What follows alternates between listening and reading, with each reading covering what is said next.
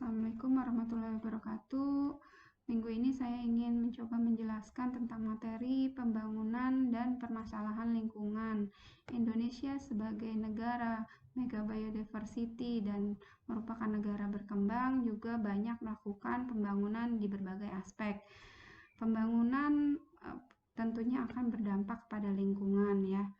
Walaupun menitik beratkan kepada pemanfaatan yaitu kesejahteraan masyarakat, tapi adanya perubahan di lingkungan pasti akan ada resikonya.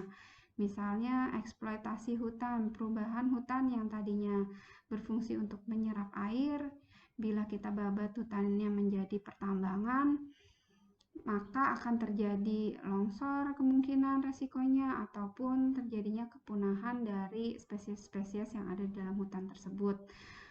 Biasanya juga ini pemanasan global ya yang bisa dirasakan secara global karena adanya penurunan hutan ya, maka akan terjadi pemanasan global. Ada lagi reklamasi pantai, perluasan daratan ke arah pantai, maka di habitat perairan pantai pun akan berubah ya, habitat dari ikan-ikan akan berubah. Banjir rob akan sering terjadi walaupun tidak ada hujan, maka pemukiman yang dekat dengan pantai akan terjadi banjir. Nelayan itu biasanya juga akan mencari ikan lebih jauh setelah terjadinya reklamasi. Maka pembangunan yang dilakukan sebisa mungkin bisa memberatkan, menimbang-nimbang gitu ya, menimbang mana sih yang lebih berat, manfaatnya kah atau resikonya kah. Jangan sampai resikonya itu lebih berat daripada apa yang ingin kita capai dari manfaatnya tersebut. Pembangunan berkelanjutan memiliki konsep kita ingin memenuhi kebutuhan masa sekarang, tapi juga tidak mengorbankan pemenuhan kebutuhan masa yang akan datang. Apa yang kita rasakan sekarang dari hutan sebisa mungkin bisa dirasakan oleh generasi kita yang selanjutnya.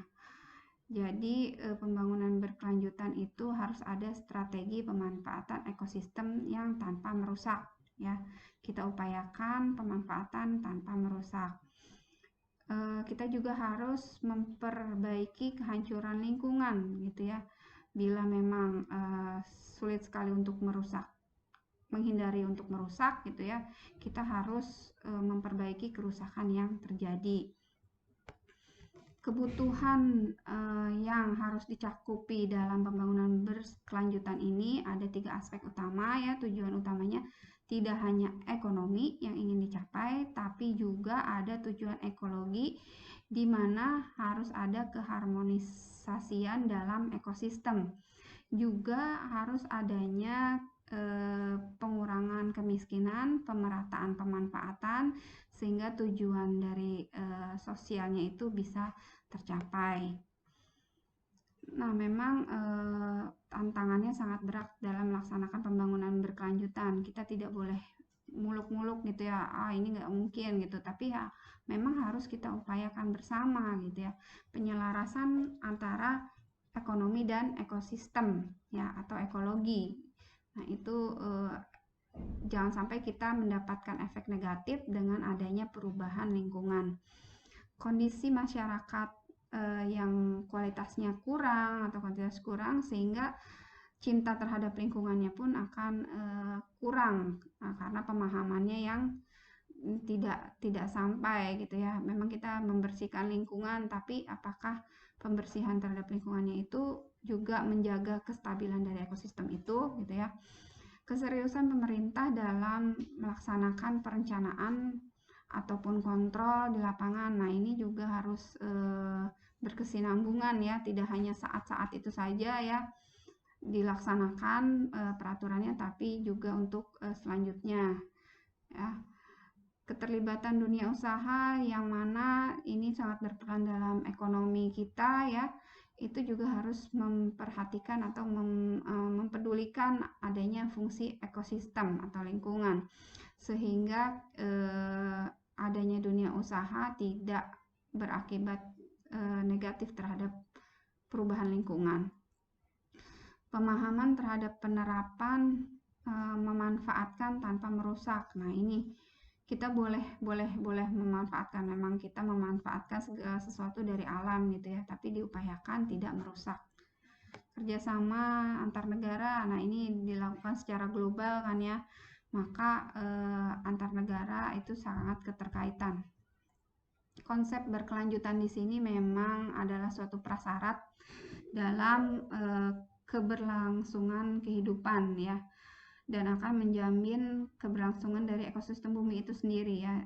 Maksudnya kita memperlambat terjadinya kerusakan ya. Kerusakan memang tidak mungkin kita hilangkan, tapi kita harus meminimalisir adanya kerusakan tersebut, memelihara lingkungan ataupun meminimalkan konversi alam, perubahan alam ya, membuang limbah tidak melampaui daya dukung lingkungannya itu harus kita upayakan ya. Misalkan kita makan yang sederhana saja ya, jangan sampai ada yang tersisa, karena apa yang kita makan itu juga berasal dari alam.